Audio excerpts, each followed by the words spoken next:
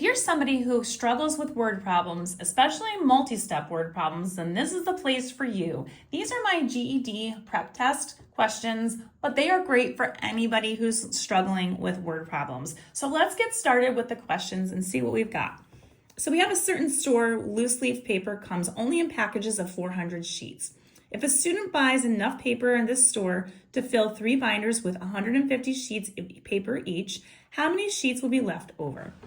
Now, if I go ahead and do that, the first thing I need to do is figure out how many sheets of paper I'm going to need. So I'm going to need to multiply the 3 times the 150, because there's 150 sheets per binder.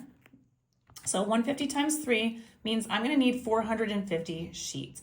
Now, obviously, because the package is 400 sheets, that's not enough to cut it to make this work. So I'm going to need to buy 2 packages of the sheets, which means 2 times 400 is going to be a total of 800 pieces of paper. So if I have 800 pieces of paper that I buy in the 2 packages of paper that I purchased, and then I subtract the 450 sheets that I need in the 3 binders, that's going to give me 350 pieces of paper remaining and left over. So my correct answer here would be C, 350. Our next question says 3 friends are baking cupcakes for a bake sale.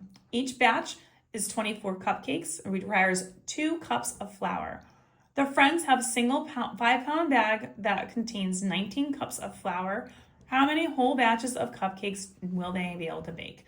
All right, so there's a lot of information in here. Really, the only important information to choose from is that they need 2 cups of flour for each batch, and the 5-pound bag that they have only has 19 cups in it. So what I'm going to need to do is find out how many batches, full batches. I'm going to start with the 19 cups that are in that flour. I'm going to divide that by 2 because there's 2 cups per batch.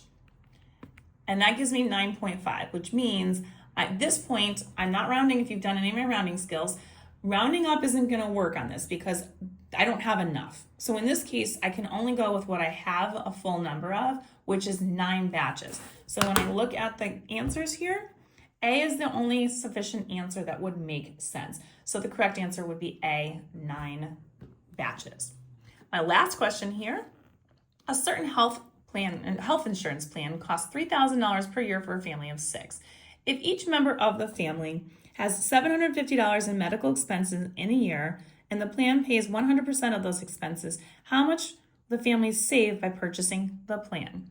So if there's 6 people at $750 a piece, we're going to do a multiplication. So we'll do $750 times 6 individuals, and that gives me $4,500 that it would cost them typically. Now, if I look at the plan we're told about costs them $3,000 per year. So what I'm going to do is find the difference between them. So I'm going to take that $4,500, I'm going to subtract it by the cost of the one that I have for the plan, and that means that I would save myself $1,500 by buying that plan. So the correct answer on this one would be A, $1,500. And if you want more questions like these, you may find them on my YouTube, Instagram, and TikTok at U1Algebra.